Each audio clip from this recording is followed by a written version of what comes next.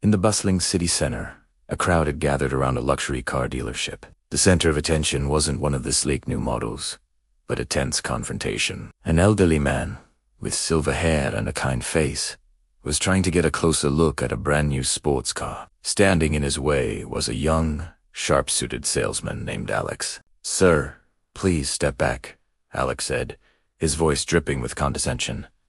"This is a high-end vehicle. It's not a toy for you to gawk at." The old man, whose name was Mr. Harrison, simply smiled. "I'm just admiring the craftsmanship." "Young man, it's a beautiful machine." Alex rolled his eyes, his patience wearing thin. "Look, if you're not here to buy, you're wasting my time, and frankly, you're scaring off potential customers. You probably can't even afford the floor mats in this car." Mr. Harrison's smile didn't waver. He reached a gentle hand out to touch the car's polished hood. That's when Alex snapped. In a shocking move that made the crowd gasp, he slapped the old man's hand away. "Don't touch it," he yelled, his face red with anger. "I said, this isn't for you." The crowd murmured in disapproval. A woman in the front row scolded Alex. "How dare you treat an elder that way?" Another man shouted. He was just looking, but Alex was defiant. He puffed out his chest and sneered at Mr. Harrison. "What are you all staring at?" He had no business touching the merchandise. Some people just don't know their place. Mr. Harrison simply looked at his reddened hand, a flicker of disappointment in his eyes, but he remained silent. Just then, the dealership manager, a man named Mr. Thompson, rushed out, alerted by the commotion. "What's going on here, Alex? Why is everyone shouting?" Demanded. Alex, seeing his boss, immediately put on a professional face. "Sir, this old man was disturbing our display. He was touching the car and wouldn't leave when I asked him to. I was just protecting the company's property." Mr. Thompson looked from Alex's smug face to the calm, dignified expression on Mr. Harrison. He recognized him instantly. His eyes widened in disbelief, and a wave of panic washed over him. He rushed past Alex and bowed deeply to the old man.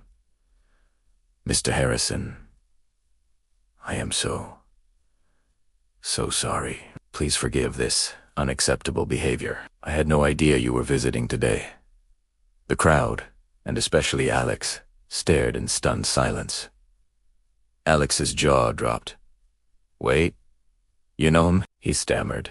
Mr. Thompson turned to Alex, his face a mask of cold fury. "Know him?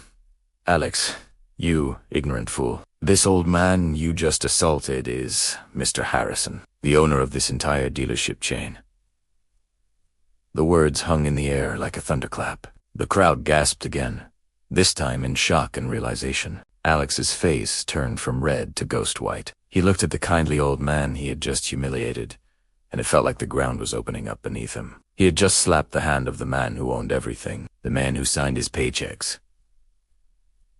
Mr. Harrison finally spoke, his voice calm but firm, carrying across the silent crowd. "Mr. Thompson," he said, "a car is just metal and paint. It can be polished and repaired. But a person's character, their respect for others, that's much more valuable. And it seems some of your staff have forgotten that."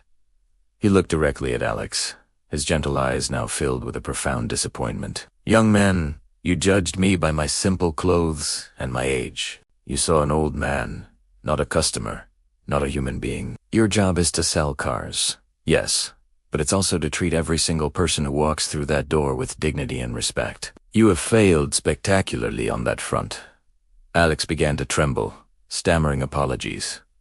"Sir, Mr. Harrison, I didn't know. I'm so sorry. Please, it was a mistake." Mr. Thompson stepped forward, his voice leaving no room for argument. "Alex, pack your things. You're fired. We have a zero-tolerance policy for this kind of disrespect, especially towards our elders." Alex looked completely broken, but no one in the crowd felt any sympathy for him. They had all witnessed his arrogance and cruelty firsthand. As Alex was escorted away, Mr. Harrison turned to the onlookers. "Thank you all for your concern," he said with a warm smile. "Let this be a lesson to everyone. Never judge a book by its cover. Kindness and respect cost nothing, but they are worth everything. Then he turned to Mr. Thompson. Now, about this car. I think I'll buy it, and I'll be taking it for a test drive myself. The crowd broke into applause. Mr. Harrison, the unassuming billionaire owner, had taught everyone a powerful lesson that day. He wasn't just there to check on his business. He was there to test the character of his employees. Alex had failed the test in the worst way possible, revealing a rotten core beneath his expensive suit. As Mr. Harrison got into the driver's seat of the sleek sports car, he wasn't just buying a vehicle. He was making a statement. A company is only as strong as its values, and true wealth isn't measured in dollars, but in how we treat one another. He gave a final nod to the cheering crowd and drove off, leaving behind a story that would be told in that city for years to come. The story of the day a salesman slapped an old man, and in doing so, slapped away his own career, learning a hard lesson about humility and respect.